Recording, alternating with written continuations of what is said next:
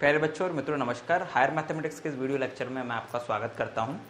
और पिछले लेक्चर में हमने लीनियर ट्रांसफॉर्मेशन या homomorphism from a vector space to या इनटू अनदर वेक्टर स्पेस को समझा था, उसकी प्रॉपर्टीज देखी थी। आज हम लोग उस टॉपिक को आगे बढ़ाएंगे और आज 3 इंपॉर्टेंट थ्योरम्स हम लोग करने वाले हैं। आज जो 3 थ्योरम्स हम लोग पढ़ने वाले हैं वो बेसिकली रिलेटेड हैं कर्नेल ऑफ होमोमॉर्फिज्म या कर्नेल ऑफ ट्रांसफॉर्मेशन से। और उसमें 2 चीजें समझनी है हम लोगों को, एक तो कर्नेल ऑफ होमोमॉर्फिज्म समझना है और एक रेंज ऑफ होमोमॉर्फिज्म समझना है। तो आइए सबसे पहले इनका एक बेसिक अप्रोच बनाते हैं और फिर थ्योरम्स को करेंगे बारी बारी से। आप लोगों ने ये समझा था कि अगर हमारे पास में f uf से vf पर एक होमोमॉर्फिज्म है, होमोमॉर्फिज्म, ठीक है ना, ये होमोमॉर्फिज्म या इसको हम लोग लीनियर ट्रांसफॉर्मेशन भी कहते हैं, है ना, लीनियर ट्रांसफॉर्मेशन, ठीक। सो ये f जो है वो वेक्टर स्पेस uf से वेक्टर स्पेस vf के ऊपर एक होमोमॉर्फिज्म या लीनियर ट्रांसफॉर्मेशन है। नाउ अब अगर हम लोग बात कर रहे हैं f की, तो f वास्तव में क्या एक मैपिंग होती है जो कि uf से vf पर होती है। तो इस मैपिंग में 2 चीजें इंपॉर्टेंट होगी। क्या? f क्योंकि एक मैपिंग होता है, ओके, होमोमॉर्फिज्म और कुछ नहीं, मैपिंग ही है, बस खास प्रॉपर्टीज के साथ में हो जाता है। तो f क्योंकि एक मैपिंग है तो यहां पर 2 चीजें हम लोग बताएंगे। एक बताएंगे कर्नेल, कि ये कर्नेल क्या होता है, कर्नेल ऑफ होमोमॉर्फिज्म, या इसको नल स्पेस भी कहते हैं, नल स्पेस, ठीक है ना, ये क्या होता है। अब जरा ध्यान दीजिएगा कि कर्नेल ऑफ होमोमॉर्फिज्म या नल स्पेस क्या होता है, इसकी डेफिनेशन हम आपको बता रहे हैं।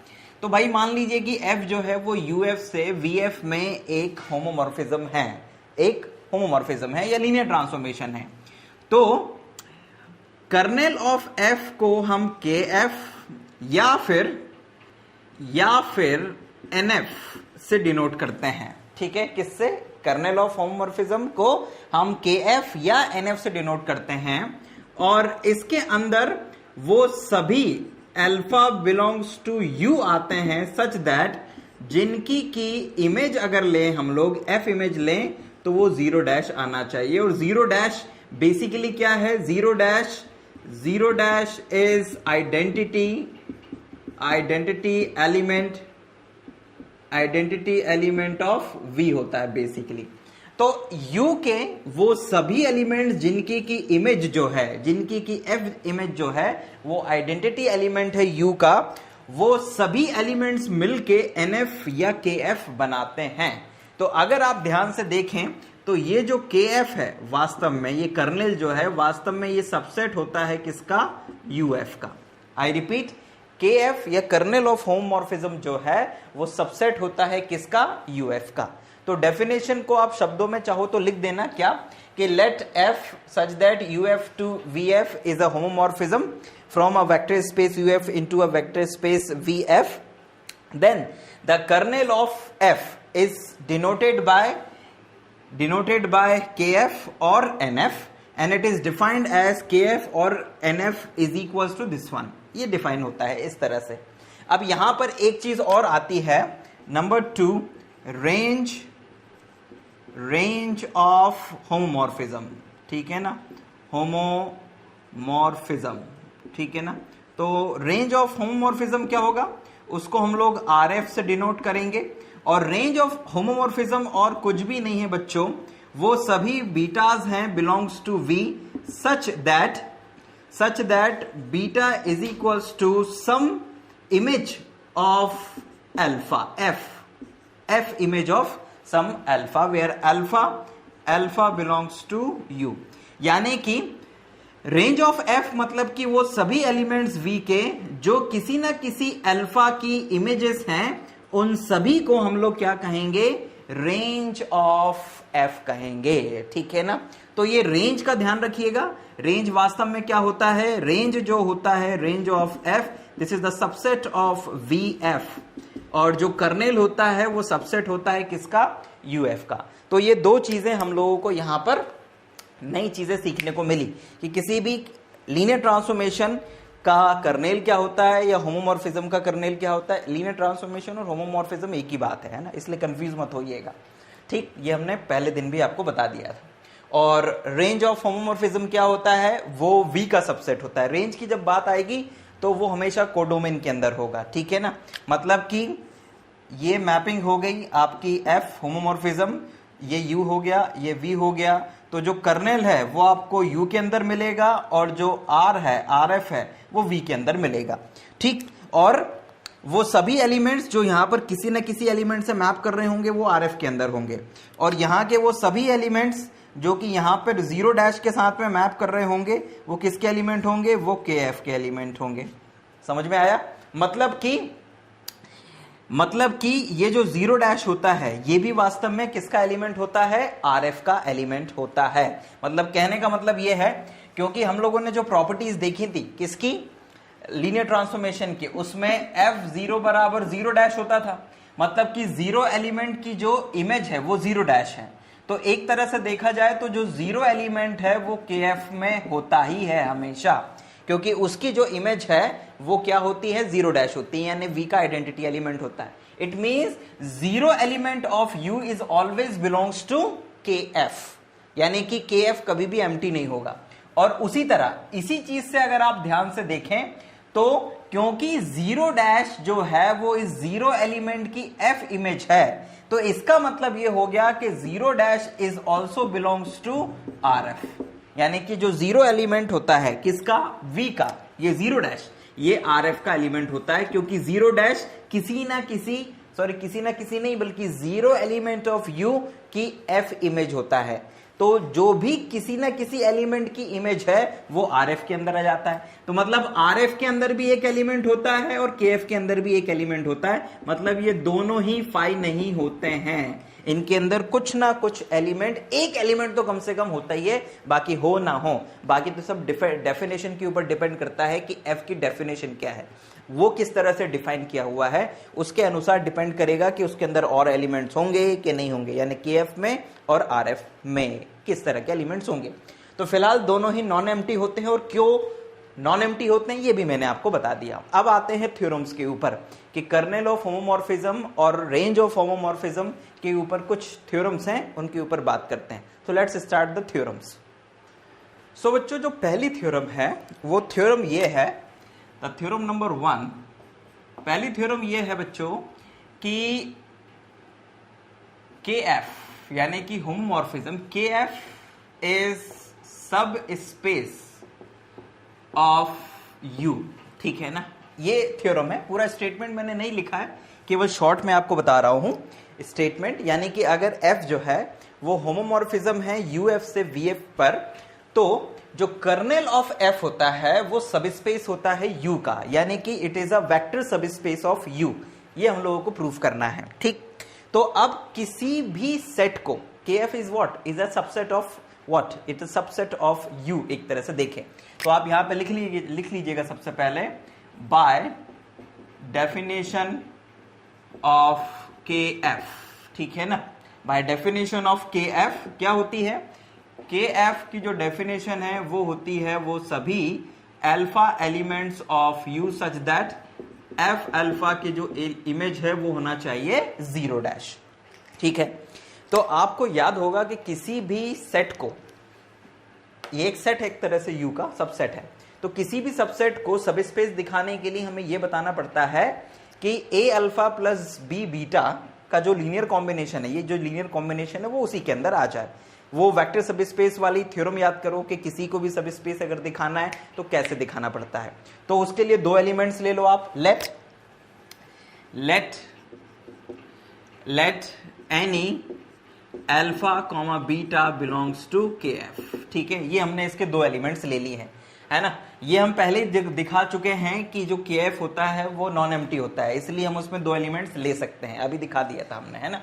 So let any alpha comma beta belongs to KF and A comma B and A comma B belongs to F, और दो स्केलर्स ले लिए हमने F के अंदर। अब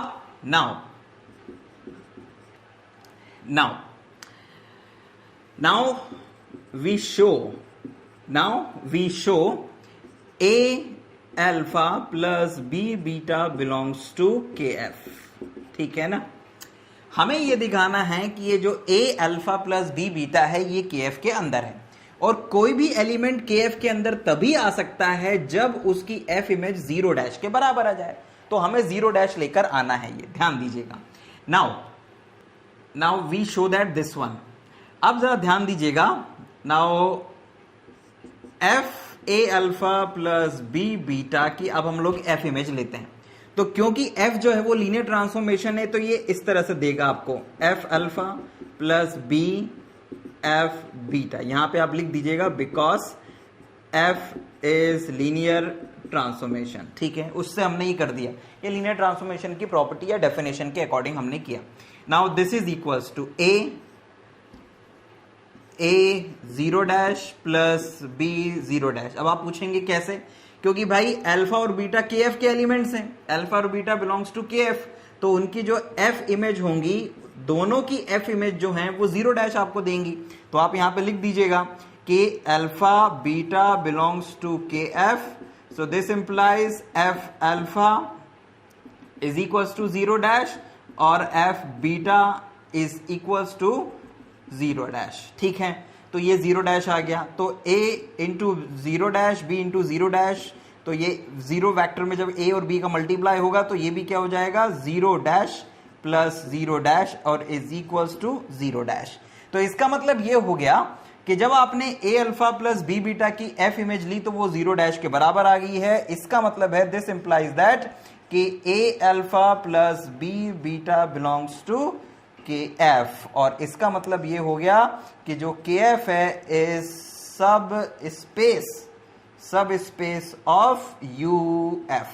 तो ये जो के एफ है ये सब स्पेस बन गया किसका, यू एफ का, यानी कि उप समष्टि बन गया है किसका, यू एफ का। ठीक, तो ये हम लोगों ने इतना से एक छोटे से प्रूफ में इसको कंप्लीट करा, और इसमें ज्यादा कुछ नहीं था। आपको बस ये पता होना चाहिए कि अगर इसे सब स्पेस दिखाना है तो जरूरत क्या होगी, इसके 2 एलिमेंट लेने पड़ेंगे, ये लीनियर कॉम्बिनेशन इसके अंदर दिखा देना है, और इसके अंदर केवल वही एलिमेंट्स आ सकते हैं जिनकी की एफ इमेज लें तो वो 0 के बराबर आ जाए। आपको समझना होगा थ्योरम को, ओके, याद रखने की जरूरत नहीं है, समझिएगा कि अप्रोच क्या है, कौन सा एलिमेंट कब के एफ के अंदर आ सकता है और कब नहीं आ सकता है, दैट्स ऑल। वो मेंटल अप्रोच डेवलप करिए, समझने की कोशिश करिए, याद रखने की नहीं। उसी तरह बिल्कुल इसी का ही एक मिलता जुलता भाई है, वो थ्योरम ये कहता है कि द रेंज ऑफ एफ यानी कि एक तरह से आर एफ इज सब स्पेस ऑफ वी एफ। ठीक है ना, ये हमें बताना है कि जो रेंज सेट होता है आर एफ का, होमोमॉर्फिज्म का, वो भी अपने आप में एक सब स्पेस होता है। किसके लिए सब स्पेस होता है, वो वी का, क्योंकि रेंज जो होगा वो वी में होगा। तो ये हम लोगों को दिखाना है। तो आप सबसे पहले जब इसका प्रूफ करेंगे तो क्या लिखेंगे, लिख दीजिएगा, यहां पर वैसा नहीं लिखा था, चाहो तो आप यहां भी लिख सकते हो कि let F such that U to V is homomorphism, then R F क्या होगा बच्चों, then R F is equals to, R F होगा वो सभी beta belongs to V such that beta is equals to F alpha और alpha belongs to U. ठीक है ना, अल्फा बिलोंग्स टू यू, यानी यू की किसी एलिमेंट की इमेज होना चाहिए बीटा, तो वो किसके अंदर आएगा, वो आर एफ के अंदर आएगा। ये डेफिनेशन है, मतलब कि आपको अगर किसी एलिमेंट को दिखाना है आर एफ के अंदर तो आपको ये दिखाना पड़ेगा कि उसके लिए कोई ना कोई एलिमेंट यू के अंदर ऐसा जरूर है जिसकी की एफ इमेज ये है। ठीक है, अब इसको सब स्पेस दिखाना है तो पहले तो इसको नॉन एम्प्टी दिखा दो। तो आप चाहो तो लिख सकते हो, यहां पर हमने नहीं लिखा था, आप चाहो तो यहां पर भी लिख सकते हो यही लाइन, और यहां पर भी ऐसा लिख देना, since f0 is equals to 0। ठीक है ना, f0 is equals to 0, this implies that 0 belongs to rf, that is rf is non empty empty, मतलब ये एम्प्टी नहीं है, यही चीज आप चाहो तो यहां पर भी दिखा सकते हो, ये यहां पर लिख देना है ना, since f0 is equals to 0 dash, this implies that kf is not equals to 5, ये 5 के इक्वल नहीं होगा, ये चीज हमने यहां शब्दों में लिख दी है। अब अगर ये 0 डैश को अपने अंदर रखता है, मतलब नॉन एम्प्टी है, तो इसका मतलब ये हुआ कि दो एलिमेंट्स आप ले लीजिए, लेट β1 β2 बिलोंग्स टू RF, दो एलिमेंट्स ले लीजिए, है ना, belongs to RF। This implies that there exist α1 α2 belongs to U such that f α1 is equals to β1 और f α2 is equals to β2। भाई अगर हम ये कह रहे हैं कि इस रेंज सेट में दो एलिमेंट्स हैं β1 और β2, तो इसका मतलब ये हो गया कि U में α1 और α2 दो ऐसे एलिमेंट जरूर होंगे जिनकी की f इमेज अगर हम ले तो β1 और β2 हमें मिल जाएगा, right.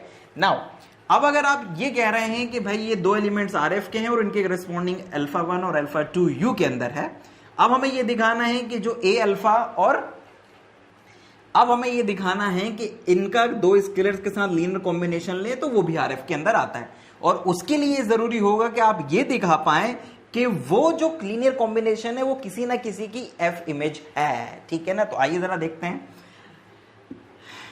Late A B belongs to F, है ना, एंड नाउ अब A β1 plus B β2 is equals to A is okay, हम β1 की जगह लिख सकते हैं F α1 प्लस B β2 की जगह लिख सकते हैं F α2। नाउ F क्योंकि लीनियर ट्रांसफॉर्मेशन है तो हम यहां पर इसको ये लीनियर ट्रांसफॉर्मेशन की डेफिनेशन लगा के हम इसको ऐसे लिख सकते हैं, A it is equals to F of A α1 plus B α2। तो मतलब आपने क्या लिख दिया कि F A α1 प्लस B α2 की जब आप F इमेज लेते हैं तो ये आता है और ये किसके इक्वल है, इसके इक्वल है।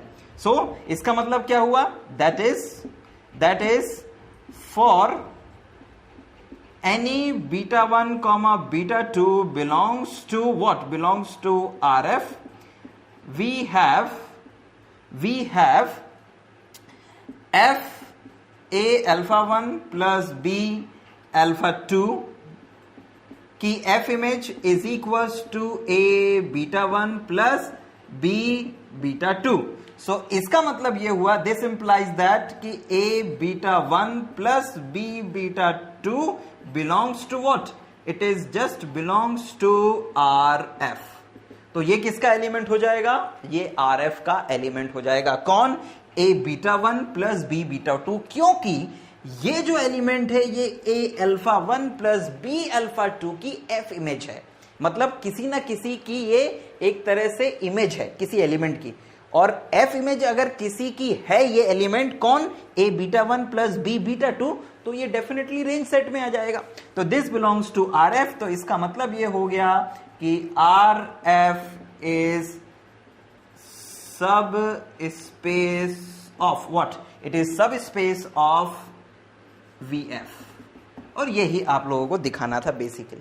आपको बस ये समझना है बच्चों कि अगर आपको किसी चीज को सब स्पेस दिखाना है तो उसकी जरूरत क्या है, और वो जो जरूरत है वो आप कैसे पूरी करेंगे जो आपको दिया हुआ है, ठीक। यहां पर हम एक चीज लिखना भूल गए थे, यहां पे आप लिख दीजिएगा F इज लीनियर ट्रांसफॉर्मेशन, क्योंकि लीनियर ट्रांसफॉर्मेशन था इसलिए ये लाइन बदली थी इस लाइन में।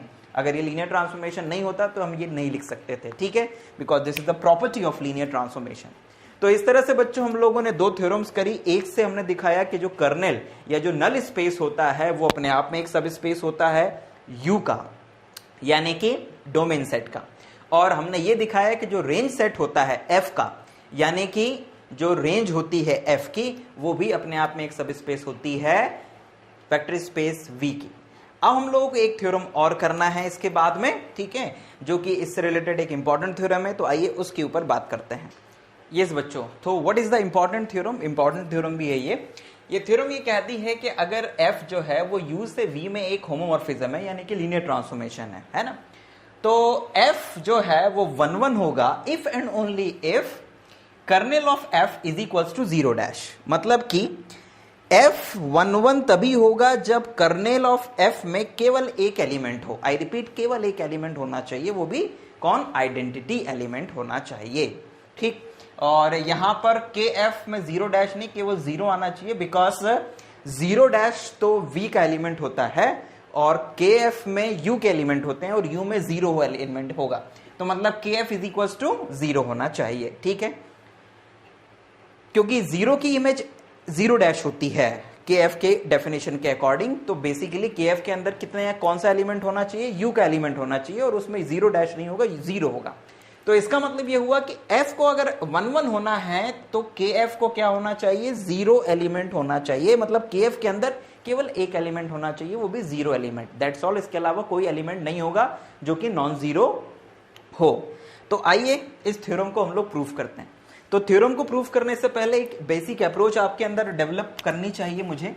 वो अप्रोच ये है कि अगर कोई मैपिंग है ना, ये सपोज दैट ये u और ये v, तो this is u and this is v और इसके बीच में f है, तो 1 1 का मतलब क्या होता है? 1 1 का मतलब ये होता है कि यहां का एक एलिमेंट यहां के एक एलिमेंट से मैप करेगा, ये होता है 1 1 मैपिंग। और 1 1 को प्रूफ करने के लिए यहां के कोई दो एलिमेंट ले लो, F A is equals to F B ले लो, मतलब आपने यहां के एलिमेंट लिए और दिखा दो कि this is equals to A is equals to B, और दिखा दो कि यहां के अगर दो एलिमेंट, दो इमेजेस को आप इक्वल लेते हैं तो यहां पर जो प्री इमेजेस हैं वो भी इक्वल आ जाती हैं, मतलब मैपिंग 1 1 है। ठीक है ना, क्योंकि 1 1 नहीं होती तो ये इक्वल नहीं आते ए और बी। तो 1 1 कैसे दिखाते हैं ये आपको पता होना चाहिए। इमेज को इक्वल लो और प्री इमेजेस को इक्वल दिखाओ, ये 1 1 दिखाने का तरीका है, क्योंकि इसमें जरूरत पड़ने वाली है। ये तो आपके लिए केवल एक जनरल नॉलेज था, सामान्य ज्ञान की बात थी, जो कि आपको यहाँ काम आने वाला है। अब आगे बढ़ते हैं कि इसको दिखाएंगे कैसे। तो सबसे पहले तो आप लोग लिख दीजिएगा प्रूफ में जो जो चीजें आपको जरूरत पड़ने वाली है। क्या कि बाय डेफिनेशन kf बराबर क्या होता है बच्चों? kf बराबर होता है वो सभी अल्फा u के सच दैट f अल्फा बराबर 0 डैश होता है। ठीक है, ये kf की डेफिनेशन। अब हम लोग क्या दिखाएंगे? हम लोग ये दिखाएंगे कि अगर f 1 1 है तो ये होगा, और अगर ये है तो f जो है वो 1 1 होगा। ये हम लोगों को दिखाना है। So let start what. हम लोग यहां पर लेते हैं सबसे पहले लेंगे लेट f इज 1 1। हमने मान लिया कि f 1 1 है, और हम लोग अब दिखाएंगे क्या? we will show kf is equals to what? kf is equals to 0 dash, kf is equals to 0 element. ये हम लोग दिखाएंगे। हमने 1 1 मान लिया है, हम लोग अब ये दिखाने वाले हैं कि kf में केवल एक एलिमेंट है 0। पॉसिबल, इफ पॉसिबल मान लीजिए, if possible alpha not equals to 0 belongs to kf। हमने ऐसा मान लिया है कि जो अल्फा है वो क्या है? 0 नहीं है, और किसके अंदर है? kf के अंदर है। तो इसका मतलब ये हुआ, so this implies that f alpha is equals to 0 dash आएगा। तो इसका मतलब क्या हो गया? 0 डैश, f अल्फा 0 डैश के बराबर आएगा। अगर हम ये कह रहे हैं कि अल्फा 0 नहीं है लेकिन kf के अंदर है, तो f अल्फा बराबर 0 डैश आना चाहिए by the definition of kf। Now but आप लोग क्या जानते हैं? बट आप ये जानते हैं कि f0 is equals to 0 dash also. आप ये जानते हैं कि f अगर होमोमॉर्फिज्म है तो 0 की जो इमेज होती है वो 0 डैश होता है, और आप कह रहे हैं कि अल्फा की भी जो इमेज है वो 0 डैश है। तो इसका मतलब क्या हुआ? So this implies that f alpha बराबर f0, f अल्फा बराबर f0। तो इसका मतलब ये हुआ कि अल्फा बराबर 0। क्यों?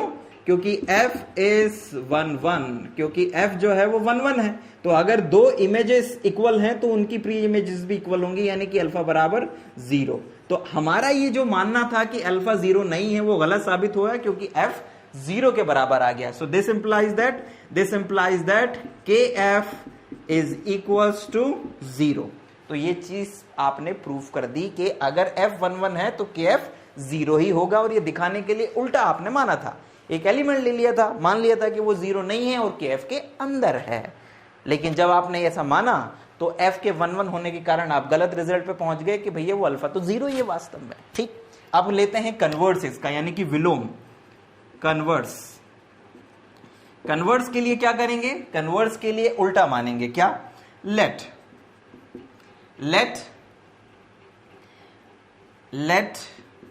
KF is equals to 0। ठीक है ना, हम लोग मान लेते हैं क्या कि जो KF है वो इक्वल टू 0 एलिमेंट रखता है बस अपने अंदर। अब हम लोगों को दिखाना क्या है? अब हम लोगों को दिखाना है कि जो F है वो 1 1 है। KF is equals to 0, we will show F is 1 1, F is 1 1। ठीक है ना, so KF is equals to 0 है और हमें ये दिखाना है कि F 1 1 है। तो F को 1 1 दिखाने के लिए आप भाई U के 2 एलिमेंट्स ले लो और इस तरह से ले लो कि उनकी इमेजेस बराबर हों, F इमेजेस बराबर हों। तो ले लीजिए कुछ इस तरह से, let any alpha comma beta belongs to U, alpha comma beta belongs to U such that F alpha is equals to F beta. और इस तरह से आपने लिया है ये अल्फा और बीटा क्योंकि उनकी F इमेजेस जो हैं वो आपस में क्या हैं? इक्वल हैं। भाई 1 1 दिखाने के लिए यही करते हैं ना अपन लोग कि उनकी F इमेजेस बराबर ले लेते हैं। अब अगर आप ये कह रहे हैं कि F अल्फा बराबर F बीटा, तो इसका मतलब ये हुआ, दिस इंप्लाइज दैट कि F alpha minus F beta बराबर 0 डैश हो जाएगा एक तरह से, क्योंकि भाई ये दोनों ही एलिमेंट्स किसके हैं? ये एलिमेंट्स हैं V के। तो अगर ये दोनों बराबर हैं तो इसका मतलब उनका जो डिफरेंस है वो 0 डैश के बराबर होना चाहिए, आइडेंटिटी एलिमेंट के इक्वल होना चाहिए। क्योंकि 2 का डिफरेंस आइडेंटिटी एलिमेंट है, मतलब दोनों एक दूसरे के क्या हो गए? इनवर्स हो गए। तो यहां पर F अल्फा बराबर F बीटा, एक तरह से आप नॉर्मली ये समझ लीजिए कि इसको इधर लाएंगे तो यहां 0 डैश आ जाएगा। अब दिस इंप्लाइज दैट, आपने ये प्रॉपर्टी पढ़ी थी होमोमॉर्फिज्म की कि F alpha minus F beta को आप लिख सकते हैं F alpha minus beta is equals to 0 dash. आप इसके बराबर भी लिख सकते हैं इसको। क्यों? क्योंकि F इज होमोमॉर्फिज्म, है ना। अब F अल्फा माइनस बीटा बराबर 0 डैश, तो इसका मतलब ये हुआ किसी भी एलिमेंट की F इमेज अगर 0 डैश के बराबर है तो इसका मतलब ये हुआ कि alpha minus beta belongs to KF, है ना। यही KF की डेफिनेशन है कि जिस भी एलिमेंट की, U के जिस भी एलिमेंट की जो इमेज है वो 0 डैश होगी वो KF के अंदर आ जाएगा। तो ये एलिमेंट आ गया KF के अंदर, लेकिन आपने ये माना है कि KF के अंदर तो केवल 0 एलिमेंट है, तो इसका मतलब ये हो गया कि अल्फा माइनस बीटा को बराबर होना चाहिए 0 के। और जैसे ही आप ये लिखेंगे तो यहां पर आ जाएगा alpha is equals to beta, और alpha is equals to beta आने का मतलब है F इज 1 1, तो F जो है वो 1 1 हो गया। तो दोनों तरफ से आपने इस थ्योरम को प्रूव कर दिया कि अगर KF 0 एलिमेंट है तो F 1 1 होगा, और अगर F 1 1 है तो KF 0 होगा। अप्रोच आपके ध्यान में बस होना चाहिए, है ना। ये आपने बाय डेफिनेशन से लिखा, है ना, और ये आपने लिखा क्योंकि जो KF है वो केवल 0 एलिमेंट को रखता है। इसलिए अगर आप ये कह रहे हैं कि अल्फा माइनस बीटा KF में, तो अल्फा माइनस बीटा को 0 ही होना पड़ेगा, क्योंकि आपने पहले कह दिया था कि KF में केवल 0 एलिमेंट है। तो इस तरह से बच्चों आप लोगों ने ये 3 थ्योरम्स यहां पर कंप्लीट करी। तो आज आपने क्या क्या सीखा? आपने सीखा कि कर्नेल ऑफ लीनियर ट्रांसफॉर्मेशन या होमोमॉर्फिज्म क्या होता है। आपने ये सीखा कि रेंज ऑफ होमोमॉर्फिज्म क्या होता है। आपने ये सीखा कि दोनों कर्नेल ऑफ F और रेंज ऑफ होमोमॉर्फिज्म दोनों ही सब स्पेस होते हैं U के और V के बारी बारी से, ठीक है। और फिर आपने एक इंपॉर्टेंट थ्योरम करा कि अगर F कोई होमोमॉर्फिज्म है तो वो 1 1 तभी होगी जब उसका जो कर्नेल है उसके अंदर केवल 0 एलिमेंट हो। तो इस तरह से ये 3 इंपॉर्टेंट थ्योरम्स हमने आज के इस वीडियो लेक्चर में कंप्लीट करी। आने वाले वीडियो लेक्चर में हम इसी लीनियर ट्रांसफॉर्मेशन के टॉपिक को कंटिन्यू करेंगे, और जो इंपॉर्टेंट थ्योरम है जैसे फंडामेंटल थ्योरम ऑफ होमोमॉर्फिज्म है, आइसोमॉर्फिज्म है, तो इन थ्योरम्स के ऊपर हम लोग बात करेंगे और धीरे धीरे इस लीनियर ट्रांसफॉर्मेशन वाले टॉपिक को भी कंप्लीट करेंगे। थोड़ा समय जरूर लगेगा बच्चों, लेकिन मैं कोशिश ये कर रहा हूं कि आपको डेप्थ में और जितना हो सके ज्यादा से ज्यादा टॉपिक को वीडियो लेक्चर्स के माध्यम से कवर कर दूं, ठीक है। तो हमारे साथ बने रहिए और अपना फीडबैक आप ईमेल के माध्यम से या कमेंट बॉक्स में कमेंट करके हमें दे सकते हैं, या कोई क्वेरी हो तो आप ईमेल के माध्यम से पूछ सकते हैं। हम जल्दी नेक्स्ट वीडियो में फिर आपके सामने उपस्थित होंगे, तब तक के लिए हमें आज्ञा दीजिए। बहुत बहुत धन्यवाद। जय हिंद, वंदे मातरम। पढ़ाई करते रहिए और आगे बढ़िए।